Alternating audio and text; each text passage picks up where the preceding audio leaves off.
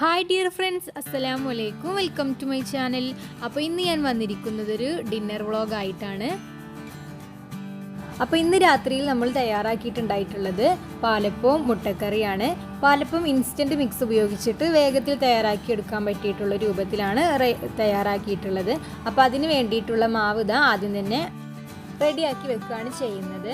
അപ്പോൾ അതവിടെ റെസ്റ്റ് ചെയ്യാനായിട്ട് വെക്കുന്ന സമയം കൊണ്ട് നമുക്കിനി മുട്ടക്കറി തയ്യാറാക്കാം. മുട്ടക്കറിയിലേക്കുള്ള ഉള്ളി തക്കാളിയൊക്കെ ഒരുമിച്ച് തന്നെയാണ് വഴറ്റിയെടുക്കുന്നത്.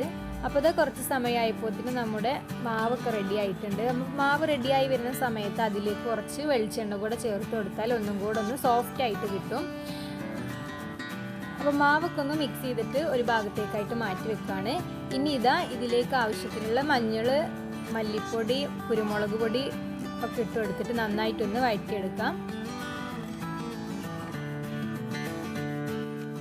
ഇനി ഇതിലേക്ക് ആവശ്യത്തിനുള്ള വെള്ളം കൂടെ ചേർത്ത് കൊടുക്കാം. ഞാനിപ്പോൾ ഇത് കുറഞ്ഞൊരു കറി രൂപത്തിലായതുകൊണ്ടാണ് ഇതിലേക്ക് അല്പം വെള്ളം ചേർത്ത് കൊടുക്കുന്നത്. നിങ്ങൾക്ക് അങ്ങനെ കറി രൂപത്തിൽ വേണ്ടെന്നുള്ള റോസ്റ്റ് രൂപത്തിലാണെന്നുണ്ടെങ്കിൽ വെള്ളം ചേർക്കണ്ട. ഇനി ഇതിലേക്ക് ഒരല്പം ഗരം മസാലപ്പൊടിയാണ് ചേർത്ത് കൊടുക്കുന്നത്.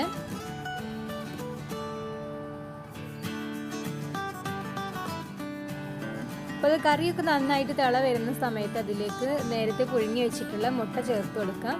എന്നിട്ടൊന്ന് അതിൻ്റെ മസാലയൊക്കെ ഒന്ന് ആ മുട്ടയുടെ മുകളിലേക്കായിട്ട് ജസ്റ്റ് ഒന്ന് ഇളക്കി കൊടുക്കുകയാണ് ചെയ്യേണ്ടത്. അപ്പോൾ അതാ നമ്മുടെ മുട്ടക്കറി ഇവിടെ റെഡി ആയിട്ടുണ്ട്. ഇനി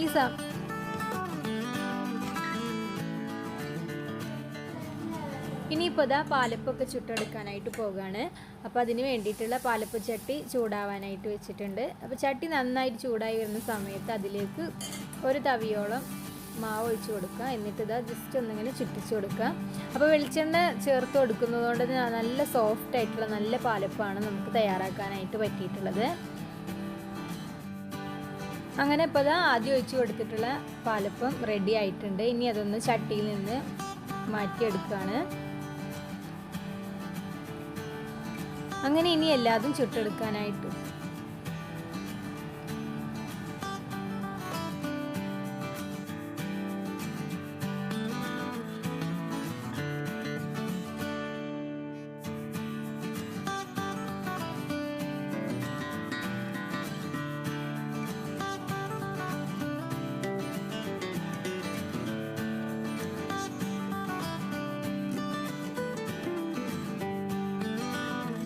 അപ്പോൾ ഞാൻ ഈ വീഡിയോ ഷൂട്ട് ചെയ്യുന്ന സമയത്ത് എൻ്റെ മോൾ എൻ്റെ കൂടെ തന്നെ ഉണ്ടായിരുന്നു. അപ്പോൾ ഇത് അപ്പം ആയോ എന്നിങ്ങനെ ചോദിച്ചിട്ട് അവൾ ഇങ്ങനെ കഴിക്കാനായിട്ട് റെഡി ആയിട്ട് നിൽക്കുന്നുണ്ടായിരുന്നു. അപ്പോൾ ഞാൻ അവൾക്ക് ഇനി വേഗത്തിലായിട്ട് കൊടുക്കുകയാണ് ചെയ്യുന്നത്.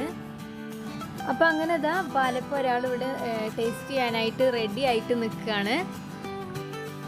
അപ്പോൾ അവൾക്ക് വേഗത്തിലായിട്ട് കൊടുത്തിട്ടുണ്ട്. അപ്പോൾ ഞാനത് ഷൂട്ട് ചെയ്യാന്നൊക്കെ പറഞ്ഞപ്പോൾ പെട്ടെന്ന് തന്നെ വീഡിയോ എടുക്കുന്നൊക്കെ പറഞ്ഞിട്ട് അപ്പോൾ അവളത് ഇങ്ങനെ കഴിക്കുന്നുണ്ട്. അപ്പോൾ അതിൻ്റെ ഇടയിൽ ഞാനിവിടെ പാലപ്പം ചുട്ടെടുക്കണമൊക്കെ ഉണ്ട്.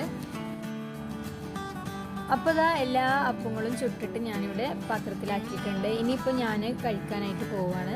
അപ്പോൾ നിങ്ങൾക്ക് വീഡിയോ കണ്ടാൽ തന്നെ എത്രമാത്രം സോഫ്റ്റ് ആയിട്ടുള്ള അപ്പമാണെന്ന് അറിയാൻ പറ്റും.